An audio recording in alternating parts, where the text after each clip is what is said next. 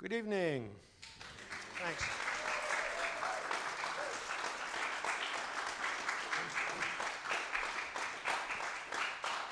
Thanks.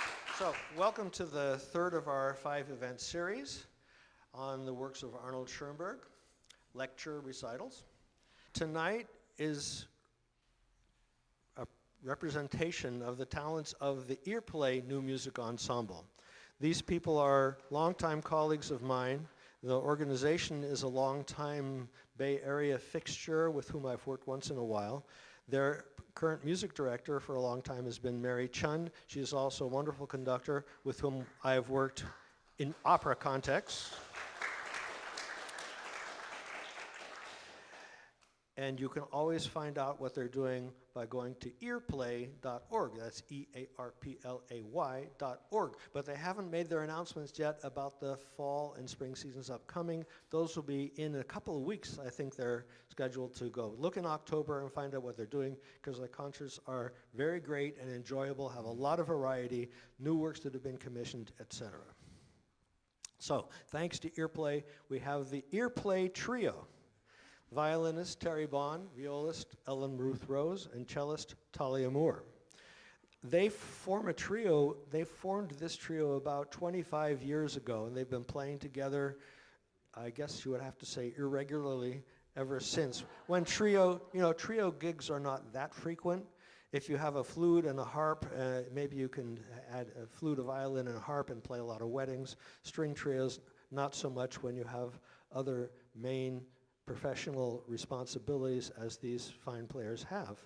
Terrie Baune is the co-concert master of the Oakland East Bay Symphony, and she's presently concert master of the North State Symphony, and she started here in the Empyrean Ensemble before being part also of the Earplay Ensemble. And she's been concert master of, I would say, most of the orchestras in the area, a lot of the Northern California orchestras.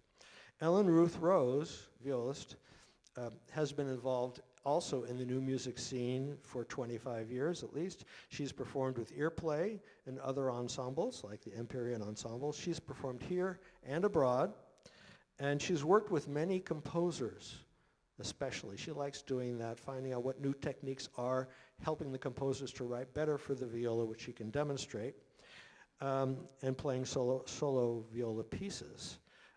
She's on the faculty at UC Berkeley and also UC Davis. She works with, I said, not only composers, but with violists. And she's also the artistic coordinator of Earplay. Thalia, cello, has been the associate principal cellist of the San Francisco Opera since 1982, which means that I beat her in that opera, in that company by 1 year, because I joined in 1981. But she's still playing with them, where I got kicked out a few years ago. And she also plays in the San Francisco Ballet Orchestra since 1989. She's appeared numerous times around the USA as soloist. She's a member of both Earplay and Empyrean. And she also, like Ellen, has had works commissioned for her to play. So those are our three trio players. And today the lecturer is going to be Bruce Bennett, who's also associated with Earplay. He's been on the board for a long time. He's a San Francisco-based composer, educator, and he has degrees in music theory and composition from Reed College and San Francisco Conservatory of Music and UC Berkeley. He right now is no longer actively teaching at these institutions, which is good because I asked specially not to have an academically oriented session, that we were talking to people's ears and not to their notebooks. So he's promised that, we'll see. No, as a composer, he's very active and has been, also related to the Berkeley SynMat and other events on this side of the Bay. But his works have been played by distinguished groups like the RDT String Quartet, the Del Sol String Quartet, Earplay, of course, Berkeley Symphony, and the San Francisco Contemporary Music Players. So this is a fine and, tightly knit group of people working together to present to you Arnold Schoenberg's String Trio, Opus 45, first hearing talking and second hearing. I'm really delighted that they can present this to you, and I welcome them all.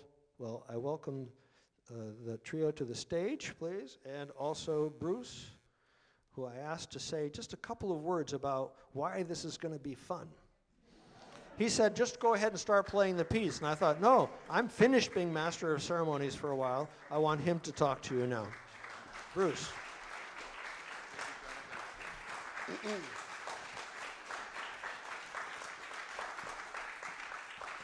Thank you for that lovely introduction, Jonathan.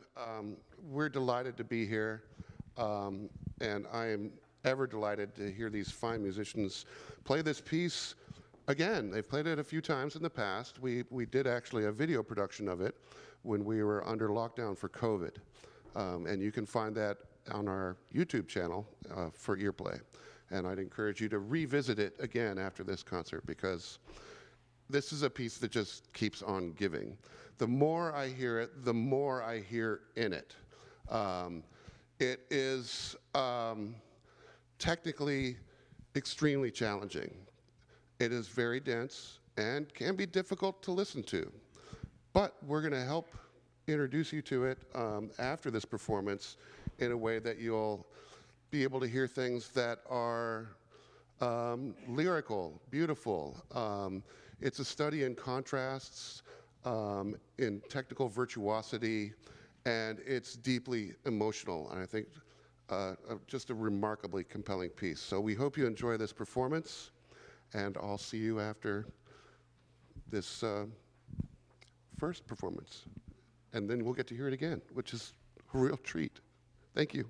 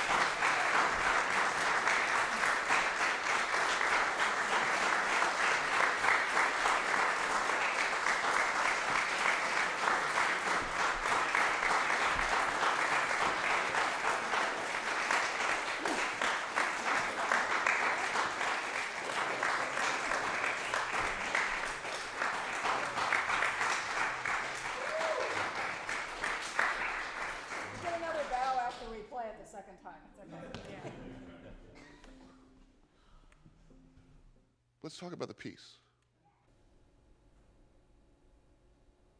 So the string trio itself was commissioned by Harvard University and premiered by the Walden String Quartet in 1947, minus the second violin, of course, because it's a trio, not a quartet. And Schoenberg composed most of the piece during the weeks following a severe heart attack in 1946. He was 71 at the time, and he died 5 years later in Los Angeles on July 13th, 1951. He had a thing about the number 13. He was born September 13th, 1874, died on July 13th, and his 150th anniversary was just on Friday the 13th. So, unheimlich. The trio itself is broadly interpreted as reflecting the pain of the heart attack itself and Schoenberg's repose during his recovery. On a higher level of abstraction, the work can be considered as being about the struggle between life and death, the possible depiction of time and events as perceived from a semi-conscious state or a highly sedated state.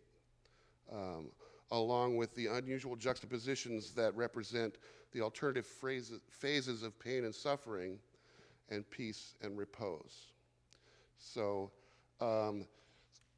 Sherilyn, a musicologist, speculated that by presenting phrases that never find closure or implying harmonies that never resolve, by using forms that distort the usual proportions, by contrasting waltz rhythms and short song-like melodies with jagged distortions of the sound material, and by making oblique allusions to dance rhythms or techniques of Beethoven's late string quartets, the trio insists upon its own imperfection, these are Sherilyn's words, and therein lies its greatest triumph. Schoenberg avoids the closure and perfection that Schoenberg fills the piece, sorry guys, that symbolized death itself. Page turns. However, while it's easy to read into this certain autobiographical elements of his experience in this near-death experience, it is important to note that Schoenberg himself felt that any accompanying program could in fact limit your listening experience for your subjective response to the work and distract from the perception of the music itself. The great German musicologist Karl Dahlhaus argues that because the autobiographical elements in the string trio are personal and private, it would be inappropriate to describe it as program music. And he goes on to say that the trio should be understood as autonomous music, as form and structure. So we're now going to ignore Dahlhaus and go ahead and look at this as program music.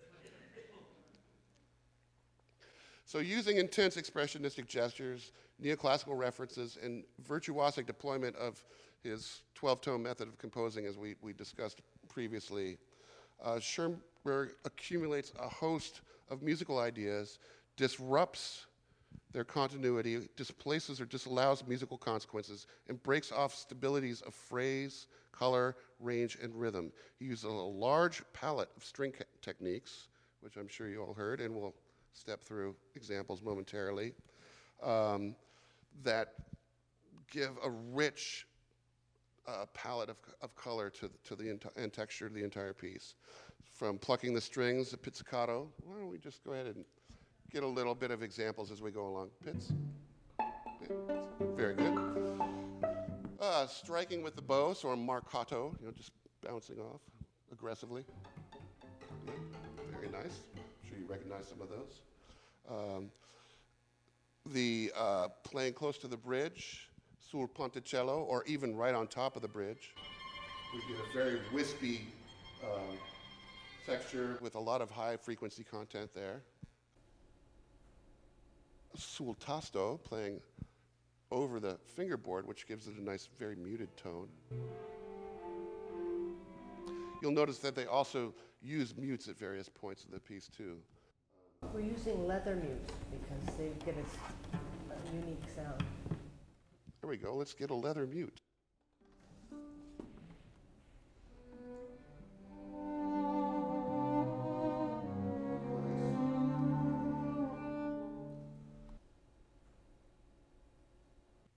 Also, we have some techniques that string players generally don't like to use because their bows are very expensive. So, collegnotrato, where they're bowing with the wood of the bow and a little bit of string. Collegnobattuto.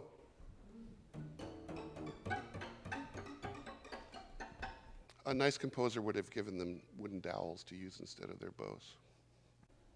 Also, lots of multi-stops and arpeggiandi.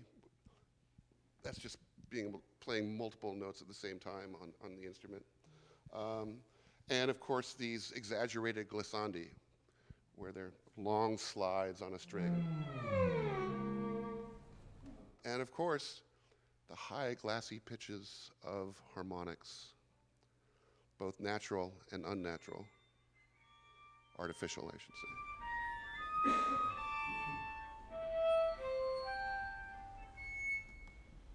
So, and also real extreme juxtapositions and dynamics, from fortissimo to pianissimo. So you get these radical shifts and contrasts. So that, I think, is clearly one of the most dramatic and immediately striking aspects of this piece, is that it's rich with sharp contrasts and juxtapositions.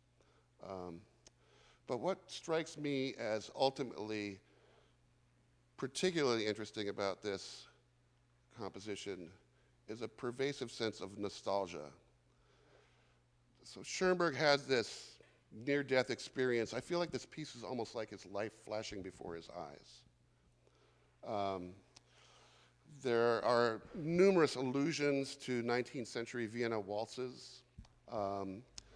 Ländler, which is a waltz-like peasant dance that's built around a dotted rhythm.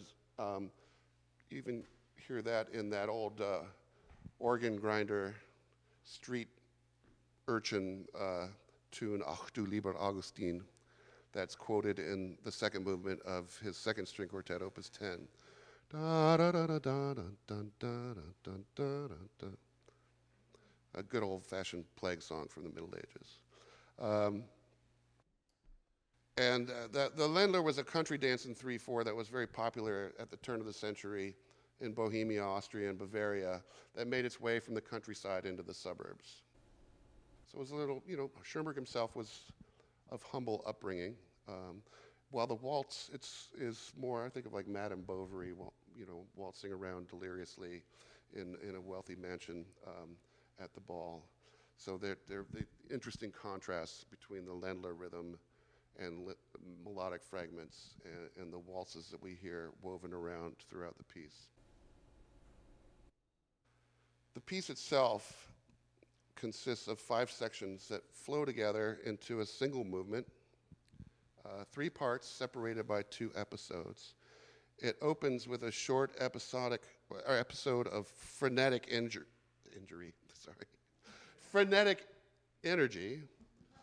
leading to some frenetic injury. And it consists of a host of special effects using harmonics, jagged marcato rhythms, tremolandi, that kind of shaking between more widely spaced notes, not quite a trill, and collegno battuto. The cello it seems to almost hint at trying to begin a melody, but it doesn't really get a chance to take off. Yeah, let's go ahead and play the opening. Can we hear measures 1 through 9?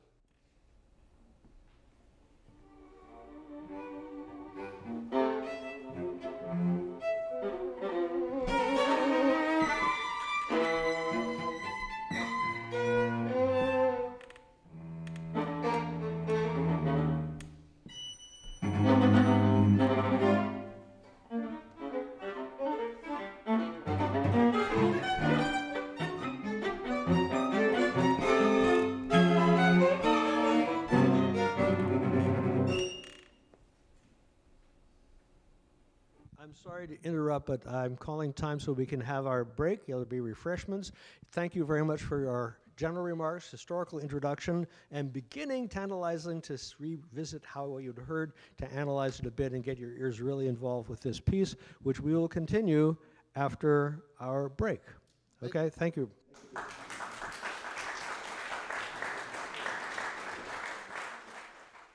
The opening that we heard right before the break clearly demonstrated a number of the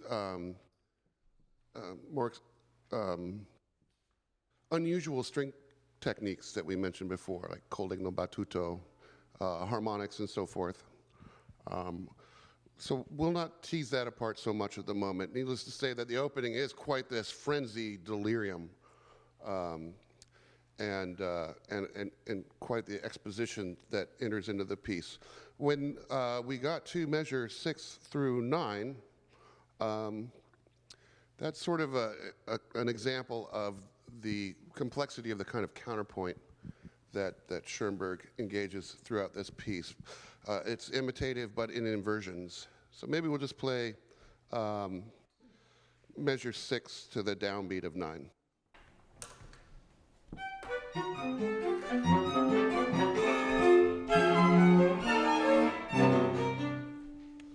let's go ahead and maybe, Alan, could you just play your part, starting at the downbeat of measure 6, and just through measure 7.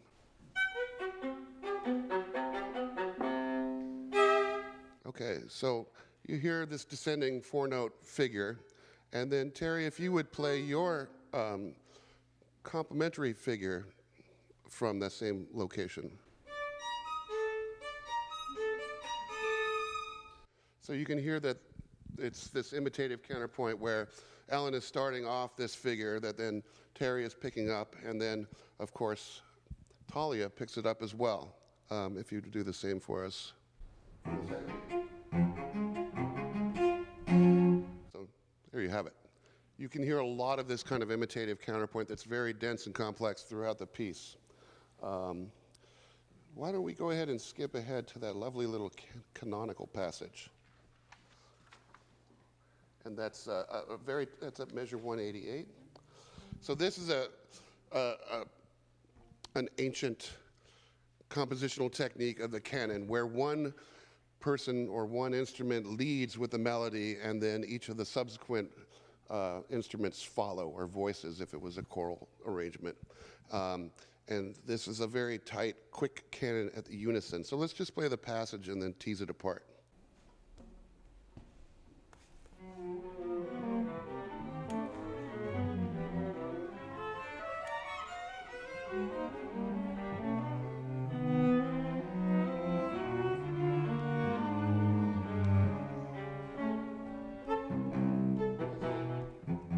So let's just have Thalia play those 2 bars of just the 16th notes.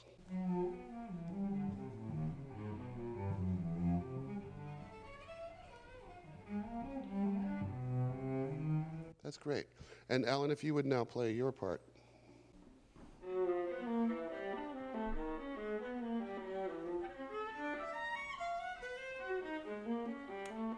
That's great.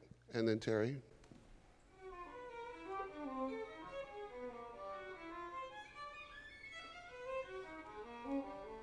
Now there's some transposition, so it's not exact, but you can hear that it's the exact same line, primarily.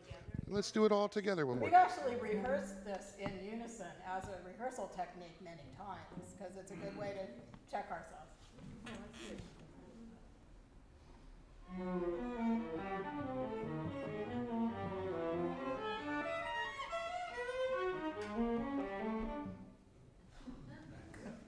And this is your introduction to the canon as a contrapuntal technique. Marvelous.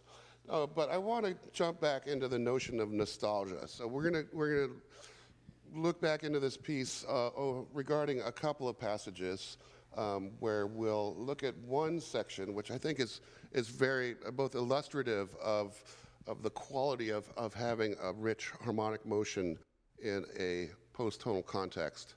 But also, I find that this passage is very much reminiscent of a certain passage in Schoenberg's second string quartet, Opus 10. So let's go ahead and look at the opening of episode 1.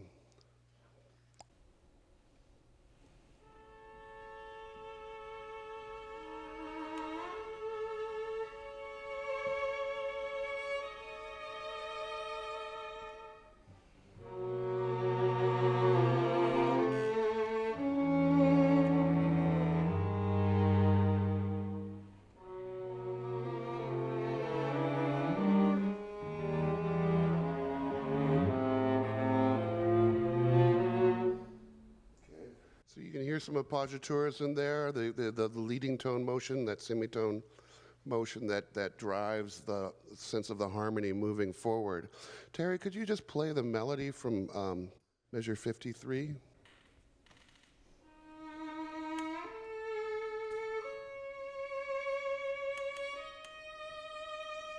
Beautiful. And let's go ahead and jump to that example from the last movement of Schoenberg's Opus 10. But hold off for one moment. These are not the exact same pitches, but they're very similar, and it's a very similar gesture. And I'll explain this in a minute, but go ahead and maybe compare the two. So play from Opus 10 and then maybe play that melody.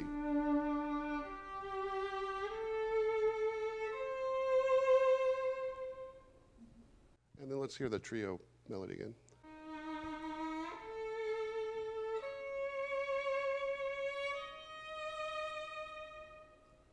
So for me, this it's not a quotation, but this melody in the string trio really seems to me like an echo of this melodic passage from the second string quartet, where he actually has a singer, a soprano, joins in the third and the fourth last movement of this piece from Opus 10. And as I mentioned earlier, Opus 10 is the piece where he really breaks from tonality completely for the first time.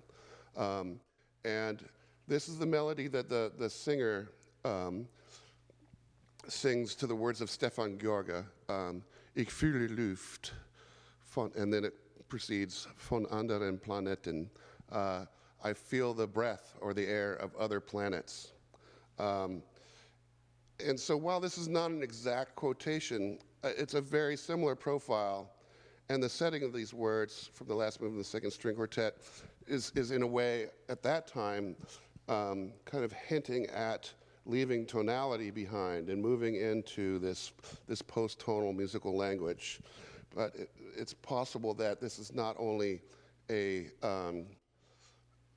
memory or an echo from the past, but maybe, I'll be programmatic about this, maybe the notion of actually leaving the planet and leaving life itself. This piece is also punctuated by a number of cantabile passages that also hint at old Viennese waltzes. So if we could listen to measure 159 to 162.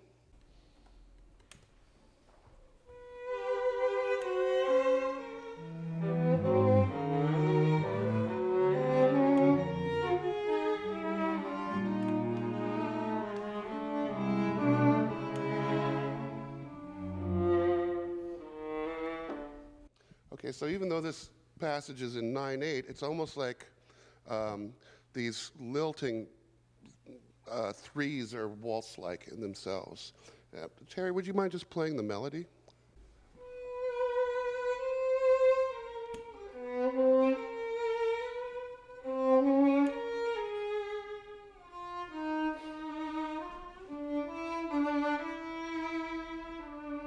And then with maybe in 160, Alan, you'll hear that ta-ta waltz kind of rhythm in her part.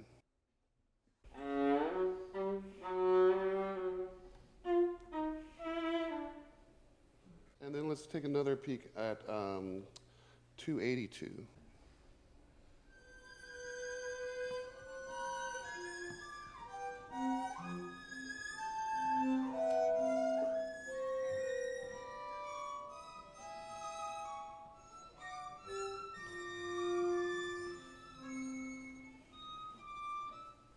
So you can hear the similarity in the material. It's very much the same. But also note that it's transposed up quite high, and they're using those leather mutes as well. So it gives us this almost ethereal, wispy quality to it. It's almost an even more hazy memory of old Vienna, in the way I hear it, at least. One last little bit of programmatic material, and then we'll open it up for Q&A. So, and again, we're warned to not take this literally, but this could be heard, and it certainly has been called out by some people, who shall remain nameless, as a heart attack and a near-death experience, and then, this is almost funny, an injection of adrenaline into the heart. So if we could take it from 222 to 232.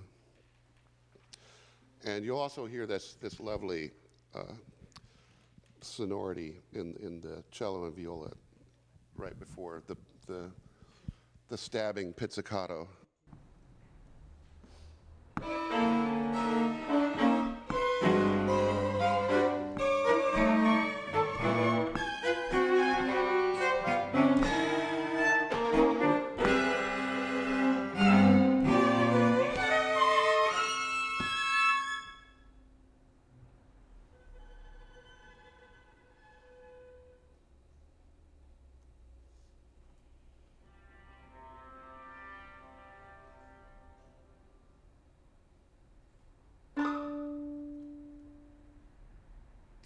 And then following this, we hear the recapitulation of that same melody that's similar to Opus 10 that I called out from Ich fühle Luft, which I think is interesting as well.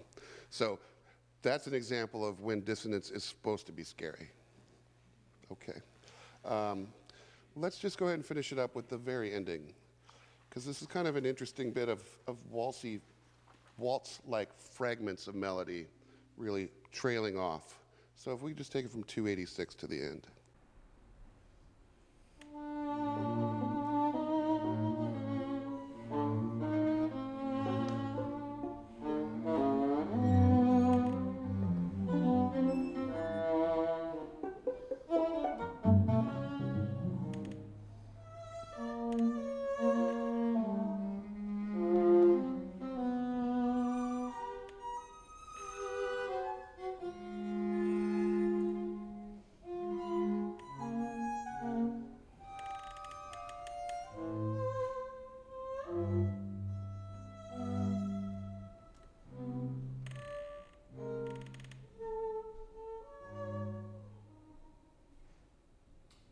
And that's how the piece ends, just kind of trailing off. It does feel incomplete at that point. So those are some things that you can listen for when we hear this second performance. All right, we had two submitted questions, one of which I will answer because it's a historical one. If commissioned by a string quartet, why a trio? Was the second violin ill? Well, the answer, I can give part of the answer. This piece was commissioned by Harvard University in 1946 as part of a whole festival they were having in 1947 on music and criticism, and it involved all the students and the faculty and composers from outside like Martineau, et cetera. And so Schoenberg had this commission. I do not know the details, whether they told him that if he only wrote a trio, he would have to forfeit 25% of his commission. Whatever it was, he decided to write a string trio. Maybe I can look that up for you for next week and answer that question. But he wanted to write a trio. He wanted to make things more difficult for the players. Gives them the same number of notes a quartet would have to play. So this next question I'll ask your opinion about. How does Schoenberg decide, when there are no key signatures, whether a note which can be written in different ways, which spelling to use? In other words, this C sharp can be written as D flat. If you're writing tonal music, if it's part of a chord, if you're in a key that has sharps, of course you write it with a sharp. If you are a key with no sharps, then it depends on which way it's moving, whether you call it a C getting sharper or you call it a D getting flatter. But when there's no key, how does he decide? You're a composer, maybe you can answer that. Well, in some cases, one would spell the notes in the way that's most playable. So you wouldn't necessarily, want to write a double sharp when you could write a natural, or maybe the figuration suggests a downward motion, so you'd write flats, or upward motion, so you'd write sharps. So it really depends on the musical figuration. In some cases, I don't think Schoenberg cared. And he just wrote some notes. Now, the interesting thing is, because he himself was a cellist and studied violin as a child, so he knew strings very well and how to write for them. And writing for strings or a string quartet is not like writing for a piano. An F sharp and a G flat are not necessarily the exact same pitch with stringed instruments. The inflection might be slightly different. So that might also inform the spelling. Yeah, I'm going to say, too, that I actually think he did care, because, those of us who play a lot of new music, we often just get infuriated with how often they give us complicated looking intervals instead of simple looking intervals. Yeah. We like to see diatonic intervals. We like seeing major minor intervals. We don't like seeing augmented and diminished intervals unless there's a good reason for them. And a lot of composers really do seem to kind of just scattershot. But I personally find that the choices that Schoenberg made in that regard are really sensible. I very, very seldom have to second guess what the interval is because of the accidentals that he's written. And so, I actually think that he took some care to make it comprehensible Well, it to the also, players. for me, it speaks to the fact that his music, I mean, we've been talking whether it's tonal or not, it's intervallic, that it's really based on the relationship of one pitch to another. So he's actually hearing those intervals. And because one of the things as string players, because we have, very limited, help here, is when we're reading something, we want to know what it sounds like before we play it. And I don't know, if you know music, if I have a B sharp and an F natural, I have to use my mathematical brain to figure out what that sounds like. Whereas if it's written more simply, I know what it is, and you know where you are in Schoenberg. And I would also say the interesting thing, it takes a while to get into the harmonic language, but when you play this, when you get to know it and maybe you're not focusing as much as you would like and you play a wrong note, you notice immediately it's not right. Well, and just to add to that really quickly, also, so it's not just for a single player. He's thinking about the sonorities that the group of players are playing as well, so that the spellings make sense both harmonically and melodically. Thank you. Now, since we had more lectures since these questions were submitted, for a couple of minutes, I'd like to know if anybody has any further questions that I'd like to ask now without benefit of written 3x5 cards. Yes, sir. I'm wondering if one of these terrific musicians might play the 12-tone row slowly, just the 12, and that's it.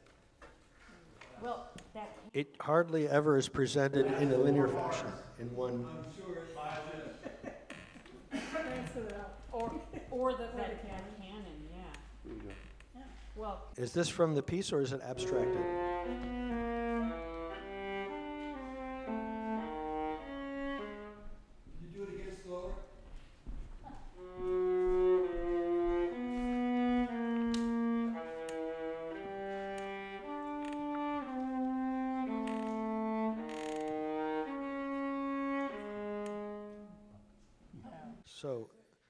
So Jerry in the audience is pointing out a place where it actually happens. The row is presented, some form of it. Quasi recitativo. Yeah.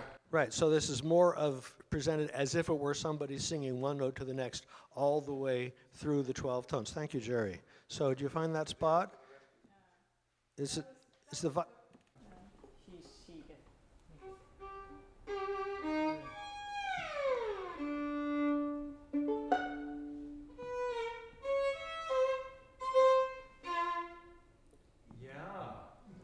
But now with the other voices and show how they And now play it backwards.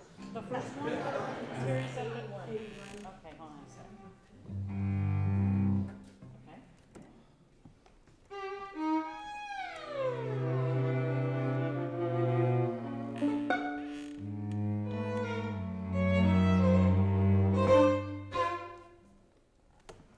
And if you analyze that, you would see how there's a complementarity between the voice singing, as it were, and the accompaniment, so that things are fleshed out.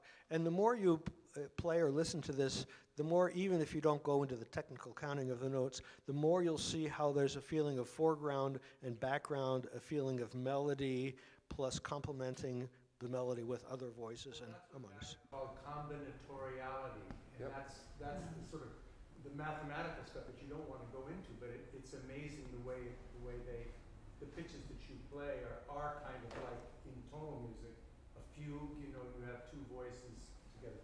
Okay, shut up. As you can see, this music invites analytical attention.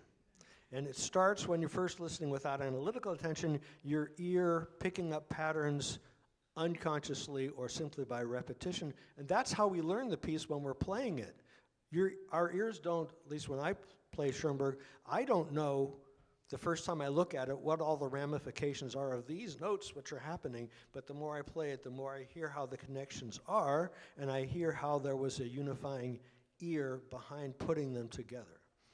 Yes, another question? Well, I was just wondering if you could talk about, one of the elements of the score that just perplexes me is the harmonics, that he's almost 10, rarely do 10 measures go by without him calling for some really difficult for me to even wrap my head around. And could you demonstrate some of those or talk about ones that maybe you thought were unplayable but came to be able to feel like playable, or that are still unplayable? Why don't we do the first, if you don't mind, Thalia, the measure one, just play it slowly, and we'll hear how, and then take the same notes but put them in the same octave. So we hear how it's a expansion or explosion of a kind of melodic cells, but the harmonic is used to generate higher pitches.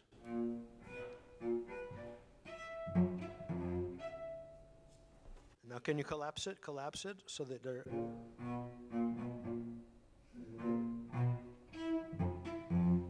Right, so it really is just half steps, but the half steps are, it's the same thing as what we were doing the previous pieces last couple of weeks, where something that's small gets extrapolated, as it were, so that you have to hear it backwards. Your ear telescopes it, which is no different than what goes on in 19th century orchestral music, by the way. So Do you wanna- he but asked actually- about yeah. he asked about an impossible one. Yeah. Oh, yeah. There are several, but one of them is, sometimes he wrote a natural harmonic and an artificial one where you have to put the finger down at the same time. She always says it's not possible, and then she does it. Because it takes two fingers to play an artificial harmonic. One to create the total string length that is being divided into nodes, and the other to create the nodes so you get the upper partial. Except if it's based on the open string, and then of course it only takes one finger. So if you have two of them together, you would have to have 4 fingers involved in pressing different parts of the string with different pressures, which is And essentially. can I just say too, just because, I mean, I know we were actually talking about this a bit at the break, so I thought you might, and I know that you've studied the score very, very carefully, so some of those almost impossible double stops that involve both natural and artificial harmonics, and in fact some of, just for the violin, some of the normal harmonics. For some reason, Schoenberg tended to write them all as major. He wrote all these major third artificial harmonics, many of which are much easier to pop out if you play them as a fourth artificial harmonic in other words, The fourth, instead of the fifth stopping- partial of one string, fourth Yeah. partial of a So- higher string. I'm calling that a fourth because there's a perfect fourth between the finger that I'm holding down firmly and the one that I'm touching, as opposed to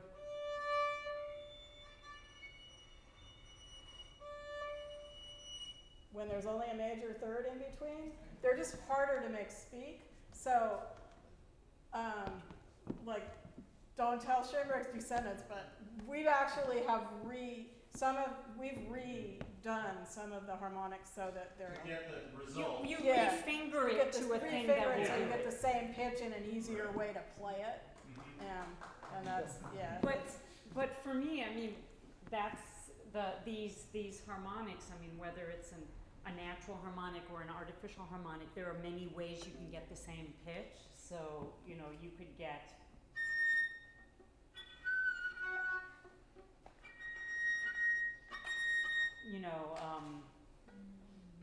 Anyhow, I have to think about the other ones.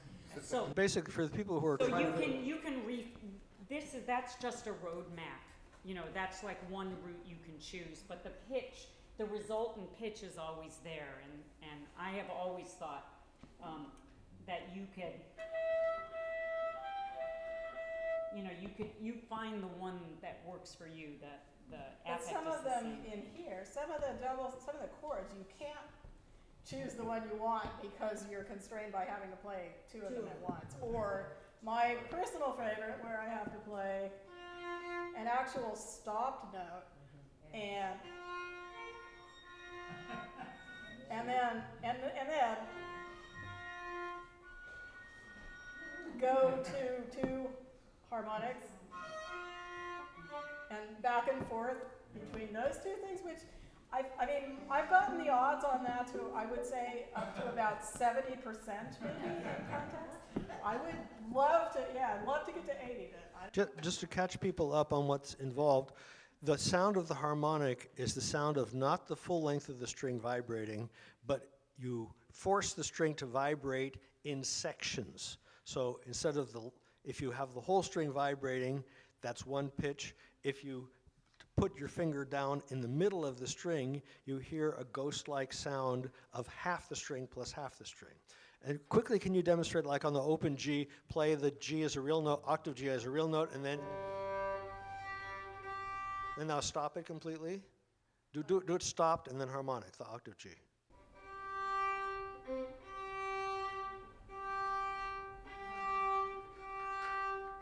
Can you do the same? Can you do the same thing for the octave and a fifth harmonic on the G? That would be. All right, and now can you play the note stopped? No, I mean the high pitch stopped. No, on the G. Right, that's what it's like stopped. That's only 1/3 of the string vibrating. But if you put your finger down lightly at the 1/3 of the 2/3 spots, you get 1/3 of a string, another 1/3 of a string, another 1/3 of a string, all vibrating the high pitch. Yeah, so I can play that either. If you look at the strings that are vibrating, it'll look like this. Right? You have three sections of the string, each vibrating at 3 times the frequency of the original string, which she just demonstrated. Okay. We should get to the performance, but one last quick comment on those third artificial harmonics or natural harmonics with a third. They will sound a little wispier. That they're harder to get to speak, but they do. It's a different, slightly different. It's a smaller portion. If I may, Yeah. well,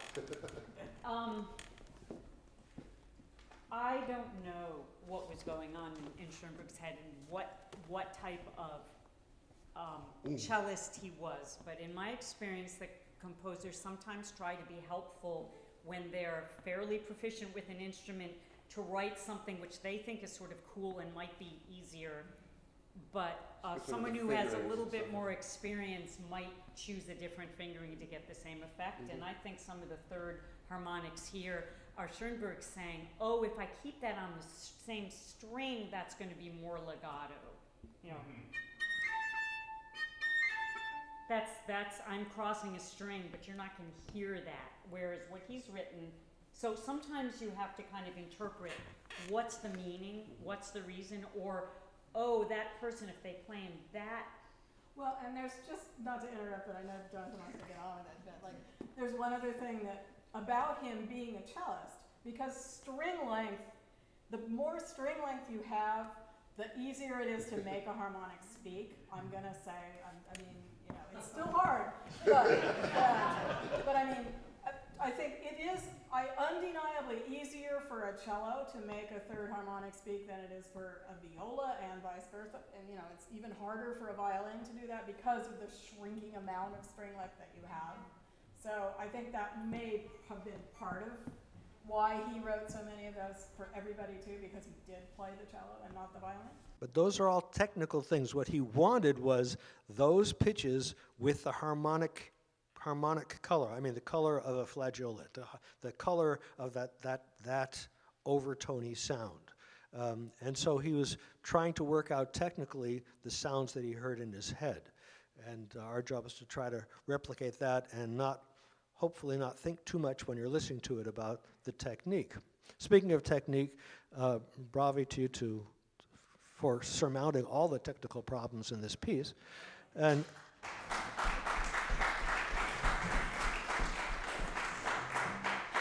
unless there are any particularly pressing questions, I think we should wrap things up with the second performance. Thank you, Bruce. Thank you, Earplay Trio. Thank you, Earplay Ensemble.